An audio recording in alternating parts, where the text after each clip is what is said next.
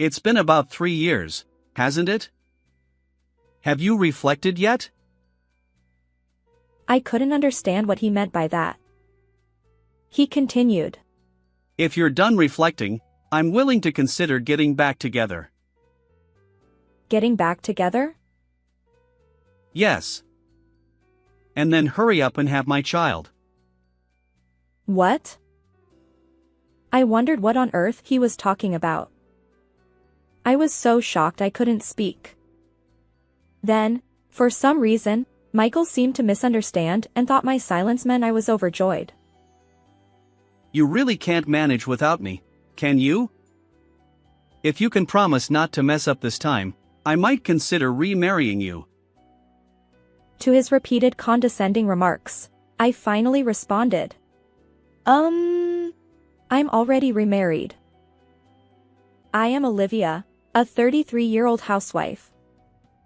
About 3 years ago, after divorcing my former husband, I remarried and am now walking a new path in life. Life with my previous husband was very difficult, but now I am living very happy and peaceful days. I met my former husband, Michael, at the company where I worked, and our romance began with his active approach. It all started when he frequently visited my workplace for sales calls. Arranged marriages were common around me, but my parents wished for me to have a love-based marriage and supported my relationship with him.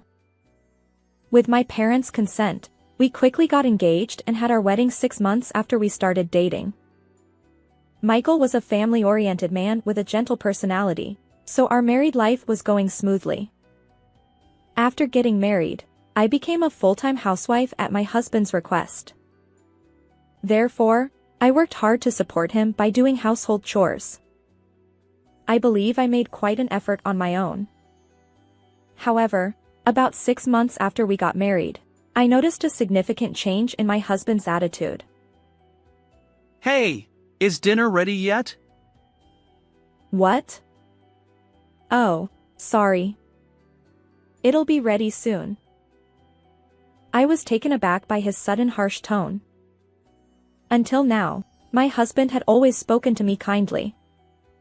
His tone changed so abruptly that I was at a loss for words, and he said irritably, I'm hungry, so hurry up and prepare the meal.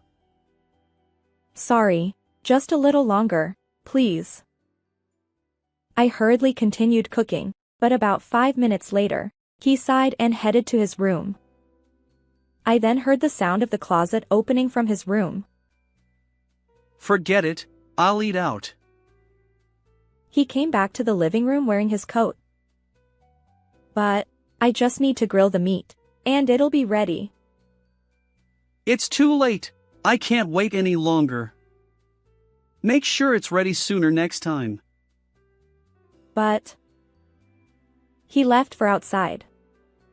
Despite my rush, I had hurriedly changed the menu because he said he wanted to eat soon. Without even a moment to explain that to my husband, I stood alone in the kitchen. Did I do something to anger him? Why did his attitude change so suddenly? I reflected on our interactions up to now, but no matter how I thought about it, I couldn't find a reason. In the end, my husband didn't come home until the next morning. As soon as he returned, he took a shower and then shut himself in the bedroom. I was so sad, I didn't know what to do. Today, when my husband came home in the morning, it was actually our wedding anniversary. But there was no sign of him waking up. In the past, he would reserve a table at a fancy restaurant and take me there. I was hoping that he had planned something like that this year too, but there was no indication of it. He will probably sleep until late afternoon. As I sighed and started doing housework, the noise from the vacuum cleaner seemed to bother him, and he came to the living room, visibly irritated. Hey, it's too loud. It's giving me a headache. Turn off the vacuum cleaner. He yelled at me while glaring. I was so startled by his intensity that I turned off the vacuum cleaner. Oh, you're up. I was woken up because of you. Are you trying to annoy me on purpose? No, not at all. I'm just cleaning as usual. Then stop it, I'm trying to sleep. Don't disturb my sleep. I'm sorry. He stomped back to his room, making noise as he went. And so, that day, my husband ended up sleeping until late afternoon. Of course, there was nothing prepared for our wedding anniversary. He woke up in a bad mood and asked irritably, Hey, what's for dinner today? I had prepared beef stew just in case, but after I served the meal, he ate in silence and then immediately returned to his room. He seemed to have completely forgotten about our wedding anniversary. But I was too frightened by his sudden change in attitude to say anything. From then on, his demeanor became increasingly intimidating. Hey! Are my shirts washed yet? Don't feed me fish. Prepare meat. Do it over. His attitude was always terrible, and I was constantly scared. Seeing my reaction, he only got worse, creating a vicious cycle. Hey, is there a problem? No. Then answer properly. Yes. I'm sorry. It should be I apologize. He was angry with me about everything. It was so different from when we first got married or were dating that I was confused, but I still loved him. I believed that someday he would become kind again. However, my wish never came true. I worked hard on household chores hoping my husband would return to being the kind person he used to be. I properly responded to his sudden demands, but it seems that was counterproductive. You know, you're like a robot. A boring one that just does what it's told. One day, he said that dismissively and left. When he came back, he said, I cheated. Wait, what are you suddenly talking about? It's because you don't satisfy me. Got any complaints? That's really harsh. We're married. At my response, he showed his anger, his face turning red as he yelled. Huh? Are you defying me? It's not about defying you. Then what is it? Don't you know how to respect your husband? Saying that, he slammed the table. He's tall and muscular, much stronger than me. I was so frightened when he hit the table hard that I shrank back in fear. Then, suddenly, he spoke in a gentle tone. I really don't want to do this. I want you to grow more. He patted my head. I was paralyzed by the sudden kindness. I'm sorry. It's my fault. Right, make sure you do better next time. I was completely brainwashed. From then on, whenever Michael was dissatisfied, he would take it out on me, and gently try to reason with me. It's the classic type of behavior, isn't it? I was completely dominated by Michael's words. I'm doing this for your sake. I blamed myself for everything, thinking it was all my fault, and I couldn't find a way out. But those days came to an abrupt end. One day, Michael suddenly came home with a young woman. She's pregnant with my child, so from now on, I'll be living with her. What? What do you mean? As I was in shock, the woman sighed. Sigh, don't you get it? It means there's no place for you here anymore because I'm pregnant with his child. We're going to get remarried, and from now on, we'll live in this house. But, that's... I couldn't comprehend what was happening so suddenly. I was in complete confusion. I'm the one legally married to Michael, so why does she think she's already married to him? I was frozen in place when Michael, with an air of confidence, pulled a piece of paper from his bag. Here, write this. They're divorce papers. The divorce papers he tossed aside fell to the floor. I'm tired of you. Hurry up and write them and submit them. Saying that, he went into the living room with the woman and sat on the sofa. They turned on the TV and sat close together, laughing. Hearing their laughter, I finally came to my senses. Why did I ever love such a man? The hope that he would return to the kind man he once was is just an illusion. Such a wish will never come true. I will return to my parents' home. Yeah, get out of here fast. My husband and his mistress mocked me. I picked up the divorce papers, packed only the essentials into a suitcase, and left the house. When I returned to my parents' house, they were shocked but wanted to know what had happened.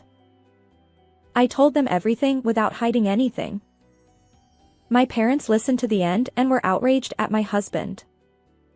Afterward, I contacted a lawyer who was an acquaintance of my father and demanded alimony from Michael and the mistress. Naturally, the two refused, but they had openly admitted to the affair. There was no escape for them. As a result, I demanded $28,000 from Michael and $20,000 from the woman, and they ended up having to pay the full amount at once. It seems they have incurred debts, but that is no concern of mine. I started living on my own again and found a job. I considered returning to office work like before, but ironically, the effort I put into housework to please my ex-husband had become my forte. Through my parents' connections, I began working as a housekeeper. I started with just a few requests at a company known to my father, but gradually, as word of mouth spread, I began to get busier every day. One of my clients was David. He is a wealthy man who travels the world, providing supplies and education to children everywhere. Because of this, he is only home a few times a month. Therefore, he hadn't been able to do much cleaning and entrusted me with the keys to his house to clean it. I initially declined, feeling it was too much responsibility, but the company president, who was an acquaintance of David and believed I was the right person for the job, eventually convinced me to take on the cleaning a few times a month. Eventually, David even asked me to clean while he was in the US. He spoke to me kindly, and our conversations were very lively, as if we were on the same wavelength. After about a year of such days, David said something unexpected to me. Olivia, I like you. Would you consider dating me with the intention of getting married? I was surprised by the sudden confession. He is a good-looking and very intellectual man, so I thought there must be more wonderful women out there for him. I felt I was not a match for him and initially refused. However, he didn't give up and kept asking me out on dates. Gradually, I began to think that not responding to his feelings, when he cared so much about me, might actually be rude. It wasn't that I didn't have feelings for him, I just held back because I thought I wasn't good enough for him. So, I gathered my courage and accepted a date. I still remember how happy he was when I accepted the date. As a result, we went on several dates, and after dating 3 or 4 times, he formally confessed his feelings, and we started a relationship. He quickly introduced me to his parents and made our relationship public with the intention of marriage. My in-laws are very kind people who warmly welcomed me without concern for my past. A year after we started dating, we got remarried, and 2 months later, I became pregnant with our first child. Our married life is very peaceful, and I mainly take care of the household chores. David is also good at housework, so we often cook together and enjoy tranquil times. With the birth of our child on the horizon, David decided to stay in the US. However, wishing to continue his work, he established a non-profit organization and continues to serve as its representative. While he set up the company and began activities to support children overseas through profits made in the US, he always says, Olivia and our baby's happiness come first. and he is always considerate towards my parents as well. I am filled with gratitude every day for this peaceful life, which is incomparable to the days I spent with my former husband, Michael. I hardly ever thought about Michael, but one day, a sudden phone call to my cell phone changed everything. While David was out, I couldn't resist the incessant ringing of the phone and answered it to hear. Ah, Olivia? It's me. I wondered if this could be a scam. I was determined not to be fooled. My child is only 1 year old, and there's no grown-up son. With that resolve in mind, I nervously asked, "Excuse me, but who is this?" To my surprise, the response I received was astonishing. It's me. Michael. You haven't forgotten your former husband, have you? I was horrified. What do you want? Now, don't be so stiff. It's been about 3 years, hasn't it? Have you reflected yet? I had no idea what he meant by that. When David came home, I signaled him with eye contact and put the phone on speaker. If you're done reflecting, I'm willing to consider getting back together. Getting back together? Yes. And then hurry up and have my child. What? I looked at David, wondering what this person was talking about. I thought I had completely cut ties with my ex-husband and didn't want anything to do with him. I never imagined that he would make such a proposal years after our divorce. I was so shocked I couldn't speak. It seemed Michael misunderstood my silence for joy. You really can't manage without me, can you? If you promise not to mess up this time, I might consider remarrying you. To his repeated condescending remarks, I responded, I'm already remarried. What? He must have been very surprised by the response, as he let out a ridiculous sound, and I couldn't help but laugh a little. So please don't contact me again. I unilaterally hung up the phone. Even though David had only heard part of the conversation, he seemed to understand everything and was ready to respond immediately. In fact, I had to call Michael about another matter, so it was actually convenient that he contacted me. David and I had been planning a sanction against Michael and his mistress. A few days later, the lawyer who had helped me before came to visit to discuss this matter. While talking with the lawyer and David, my cell phone rang again. Reluctantly, I answered the familiar number and heard Michael's voice. You said something strange out of the blue yesterday, which caught me off guard, but that was a lie, right? Women like that kind of game, don't they? You're not really remarried, are you? Michael said this in a mocking tone. Then David spoke up to the phone on speaker. It's not a lie. I am her current husband. Huh? Husband?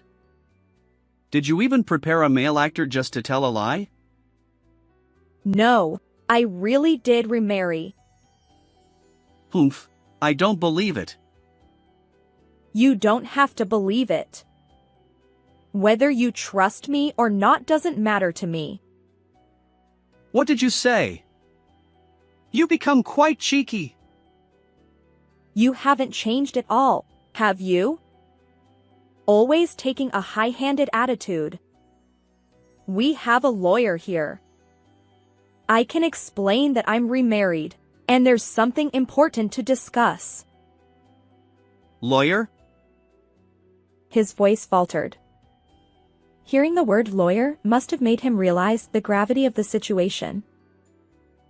Anyway, if you're really remarried, then divorce him and come back to me. And have my child. What a selfish thing to say. That's impossible. I love my current husband, and besides, I have a restraining order against you. What? Oh, did you forget? I should have explained it when we separated. If you violate it, another alimony payment will be triggered. As I said this, his momentum gradually weakened. However, he tried to persuade me with a sweet tone this time. Olivia, you would be happier with me. Are you satisfied with your current life? Yes, of course. I have a child now, and my husband is very kind. Hey! A child? Michael was at a loss for words. Breaking the silence, David declared firmly. I can make her happier than a self-centered person like you. I will never divorce her, and she will never return to you. I agreed with David's statement and nodded strongly. Before Michael could say anything, we hung up the phone. Afterward, I made a claim through a lawyer for the unpaid alimony from the affair with Michael and his mistress. Now that I was married to David and had some peace of mind, I thought it was time to make the claim. As expected, Michael protested angrily. I decided to discuss it with him, along with David and the lawyer. Michael was furious, saying he couldn't afford to pay any alimony. He had spent too much money on his mistress and had nothing left. And when the money ran out, the mistress apparently dumped him easily. By the way, the story about the mistress being pregnant was a lie to break us up. After being dumped by the mistress, Michael seemed to be leading a dead-end life and reached his limit of patience, thinking of getting back together with me. You would prefer me, wouldn't you? After all, for a housewife like you, who your husband is matters, doesn't it? You're poor and have nothing. Michael continued to mock me as usual. To him, I revealed a certain fact. Indeed, I don't work, but I do invest in stocks, so I earn money through investments. What? Investments? You don't have that kind of money. Oh, that's right. I never told you about my family's home. It may look modest on the outside, but actually, we're quite wealthy. My great-grandfather was a large landowner. My grandfather inherited that, and now my father does. They've made various investments, so we have quite a bit of assets. How much are you talking about? $18 million. $18 million? Wait a minute, that's got to be a lie, right? No, it's about that much. My parents own all sorts of buildings and parking lots. So, I had a chance to marry into wealth. There's no such chance. My current husband and I respect and love each other as equal and independent beings. He runs his own business. He himself earns several $millions a year. So, you're happier and more successful than me. Michael hung his head in shock upon hearing the truth.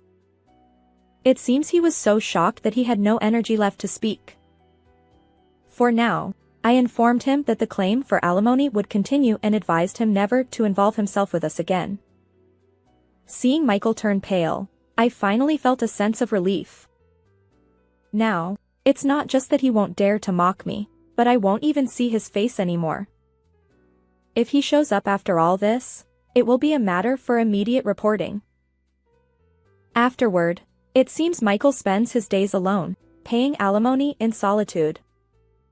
Meanwhile, David and I live happily together. We plan to continue respecting each other, working hard on parenting, and building a warm family. How did you find this story? Please remember to subscribe to the channel.